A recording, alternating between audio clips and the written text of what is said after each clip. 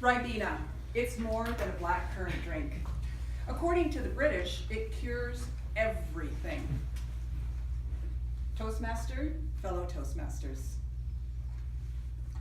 In the early 60s, my parents came to Canada, as they pronounced it.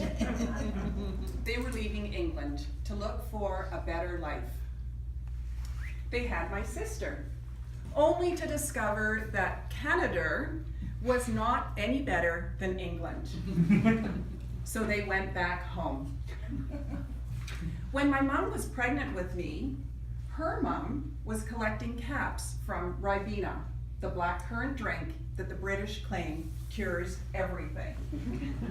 If you collected so many caps, you would send them away and you would end up with this free panda. I was born in Ramsden Bell House, Billericay, Essex, England, and Ribena became my prized possession. When I was 2, my parents decided to immigrate to Canada once and for all. They got one of those big, huge trunks. You know, the kind with the reinforced corners and the big latch that you would put a padlock on? They filled it with everything they owned. And we boarded the Corinthian and set sail across the Atlantic. Ribena in tow. Our next adventure was when we flew back to England to celebrate my 4th birthday. I was freaked out by the plane ride. It was actually abysmal. I thought when you use the washroom, you would just get swept away out into the sky. Where else would everything go? Ribena and I sat on our chair the entire ride.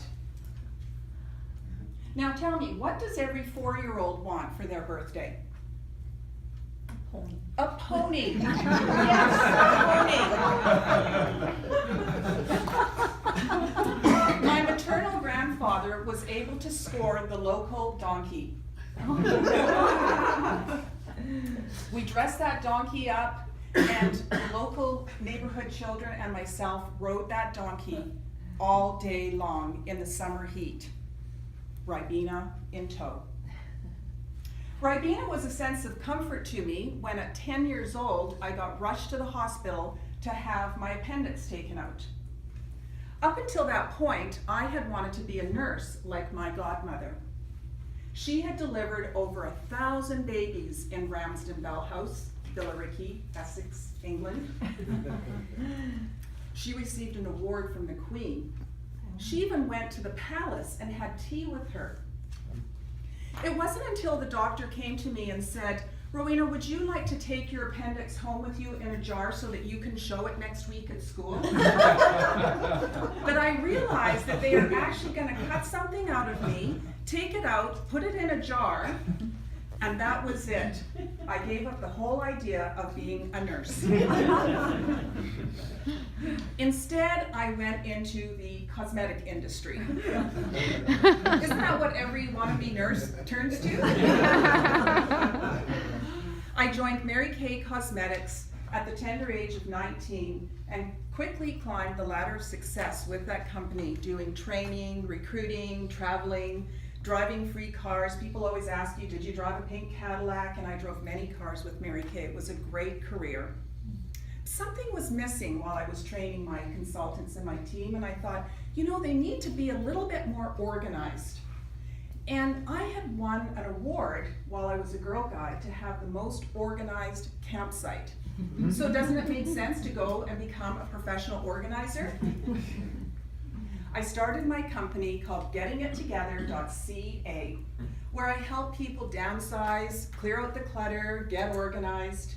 I also do over-the-phone coaching and consulting for them, and I do speaking engagements or workshops on such topics as how to get organized, how does clutter affect you, time management.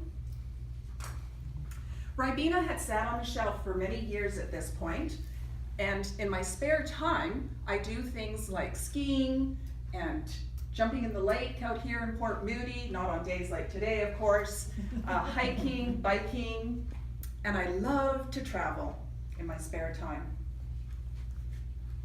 It was time to dust Ribena off the shelf when I needed to leave my 20-year abysmal relationship. I had been supporting and caring for 4 stepchildren, which resulted in 5 step-grandchildren. I was going to leave Burnaby and find somewhere new to go and start off fresh. And I found Port Moody, the city of the arts. What I love about Port Moody is the people that I've been meeting. And my dear friend Jules is one of them. She invited me to a Toastmasters meeting. It was the night of James Bond. And everybody was shaking and stirring and drinking and carrying on, and I thought, okay, this is the place for me. I like this. I can have fun there. And I was looking for some place where I could get more creative, where I could build on my leadership skills. Because one of my goals is to do a TED Talk, and one of my goals is to be a paid international speaker. Now, I did my due diligence and I attended 5 different Toastmasters groups. I have to say that most of them were abysmal. And so I came back to Rocky Mountain Toastmasters. Why?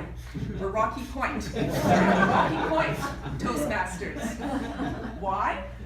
Because it's the best Toastmasters club in the world.